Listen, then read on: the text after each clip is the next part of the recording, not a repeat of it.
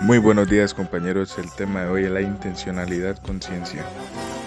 Un tema que aunque parezca un poco filosófico, y lo es, explica el movimiento y la motricidad de un punto de vista muy interesante y esperamos que sea de todo su agrado.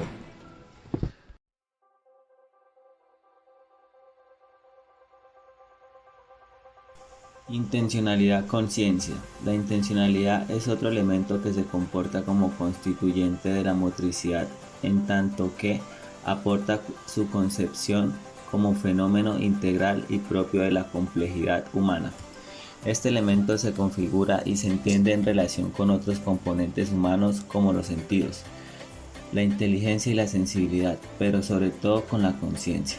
Al respecto, en la perspectiva neuropsicológica de Corrax 1988, las acciones son activadas orientadas hacia un objetivo que define los comportamientos, y retoma a McDougall 1923 en su precisión de que la acción intencional es la categoría más fundamental de la psicología, pero es una noción biológica original, dado que esta búsqueda de un objetivo no es algo ajeno ni exterior que penetre en los organismos, sino que es una capacidad propia y sistemática, implícita en la organización biológica del ser.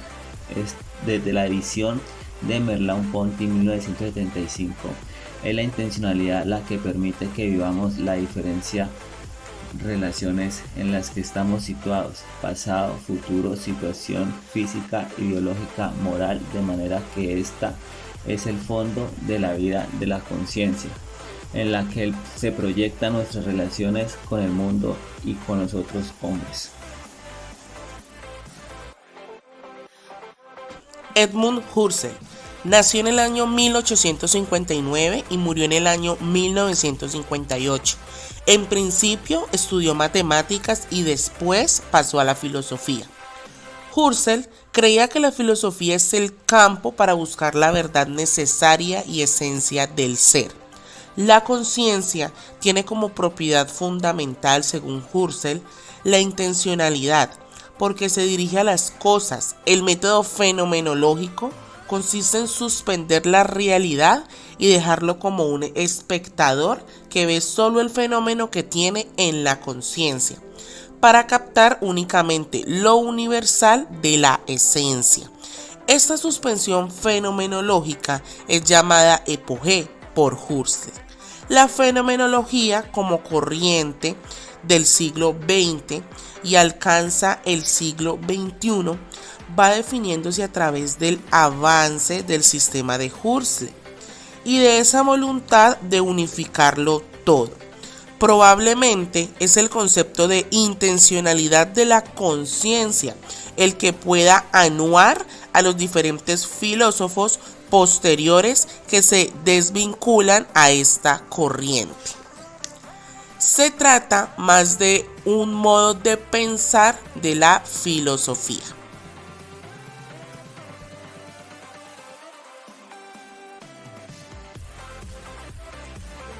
¿Qué es la fenomenología? La fenomenología es una ciencia filosófica que estudia todo lo relacionado con los acontecimientos que rodea a un objeto, su relación con el medio ambiente en el que se desarrollan los hechos y cómo influye las cosas en el fenómeno.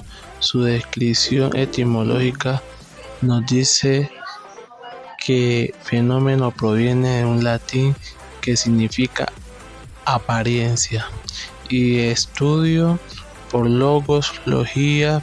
Entonces la fenología es una ciencia que estudia el comportamiento del entorno de un hecho, producto, suceso o servicio. Se podría decir que esta rama filosófica de estudio va más allá de las funciones de este en el cirio en el que se encuentra. Uno de los ejemplos que se puede dar con el tema de la fenología es con las plantas, ya que es un tema demasiadamente extenso.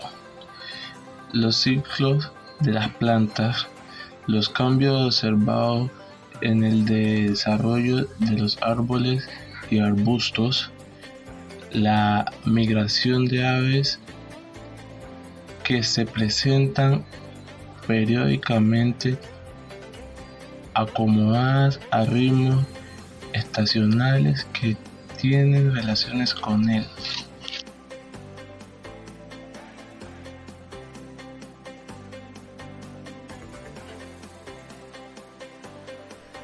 Martin Heidegger nació en 1889 y murió en 1976. Criticó la teoría de la fenomenología de Husserl mientras trataba de desarrollar una teoría de la ontología que lo llevó a su teoría original del Dasein, el ser humano abstracto en su gran obra Ser y Tiempo.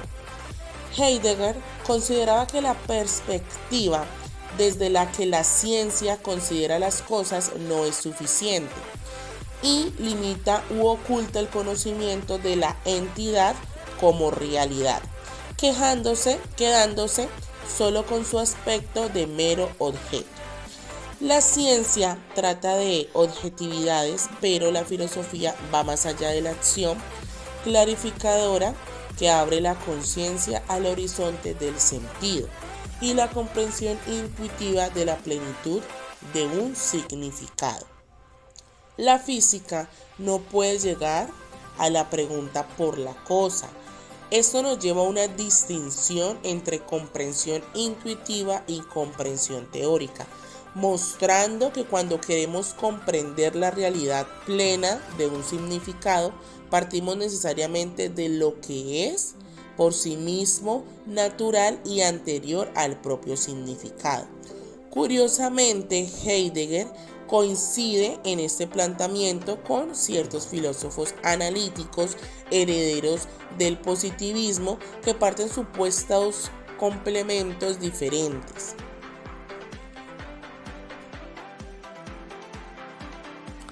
David Hume fue un filósofo, economista, sociólogo e historiador escocés y constituye una de las figuras más importantes de la filosofía occidental y de la Ilustración escocesa. Los historiadores consideran que la filosofía de Hume no es válida como una profundización en el esentismo, aunque esta visión ha sido discutida y argumentada, que el naturalismo tiene un peso comparable en su pensamiento. Hume afirma que todo conocimiento deriva en una última instancia de la experiencia sensible, siendo esta la única fuente de conocimiento y sin ella no se lograría un saber alguno. Friedrich Christoph fue un teso y filósofo alemán. Estudió alquimia e hizo algunos experimentos con la idea de extraer conocimientos sobre la simbología. Además, estas prácticas son consideradas como extravagantes y lo expusieron a las críticas de las personas que lo odiaban de su religión. Además, lo caracterizaban por decir que es un paralelismo entre la naturaleza y la gracia.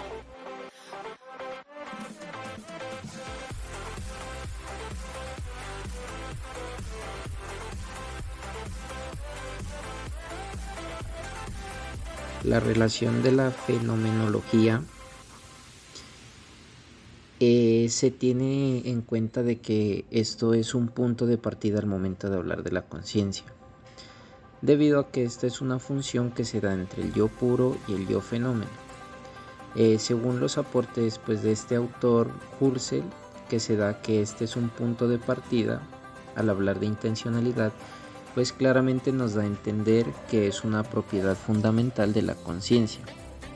Lo que esto significa que la mente la puede revelar como un objeto, el cual le permite al ser humano ver la esencia de la conciencia. Entonces, es decir, captar la intencionalidad en su obrar. Es así como se entiende estar en actitud fenomenológica.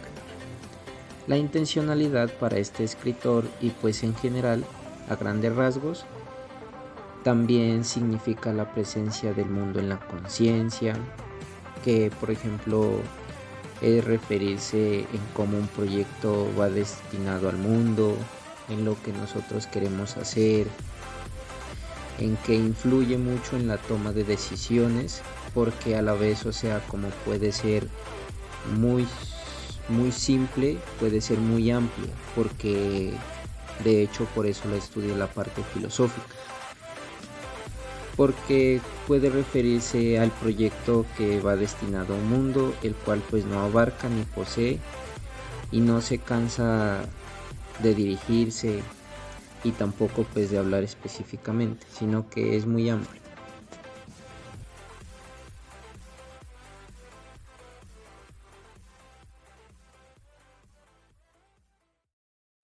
Relación de la intencionalidad conciencia de la matricidad.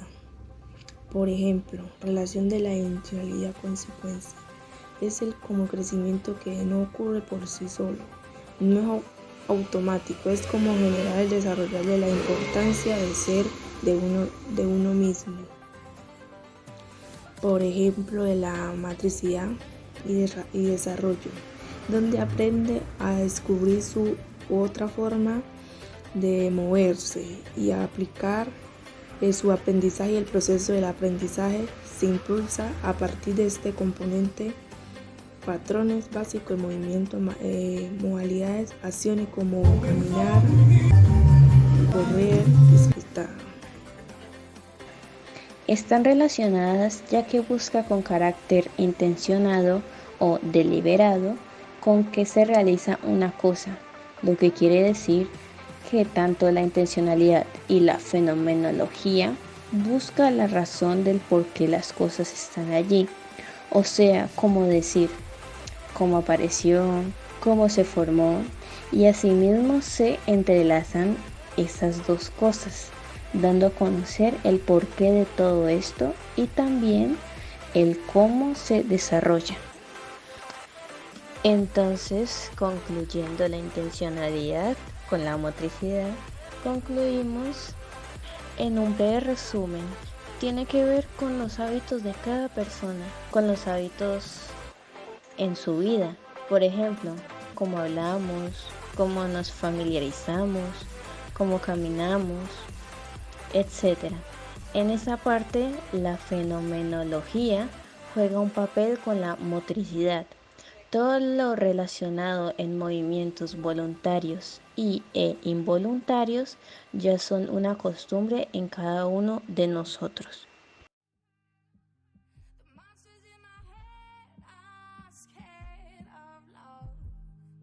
Entonces, para concluir con esta presentación, podemos llegar a la conclusión de que la teoría de la intencionalidad conciencia tiene un origen fenomenológico y nos pareció muy importante, ya que nos va a resaltar no solamente que tenemos que tener muy en cuenta nuestros hábitos alimenticios y de actividad física, sino también la manera en cómo pensamos, la intención que nosotros tengamos al realizar nuestros movimientos, ya que no solamente debemos preocuparnos por nuestros hábitos de actividad física y alimenticios, también debemos cuidar nuestros hábitos mentales y cuidar nuestro entorno.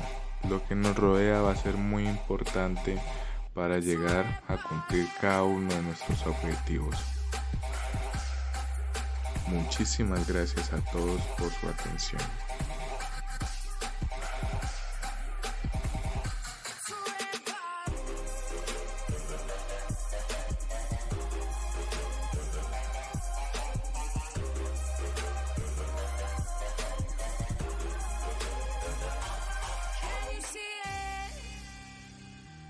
Worst is over.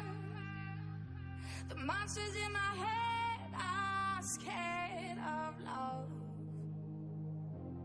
Finding people, listen up. It's never too late to change your life. So don't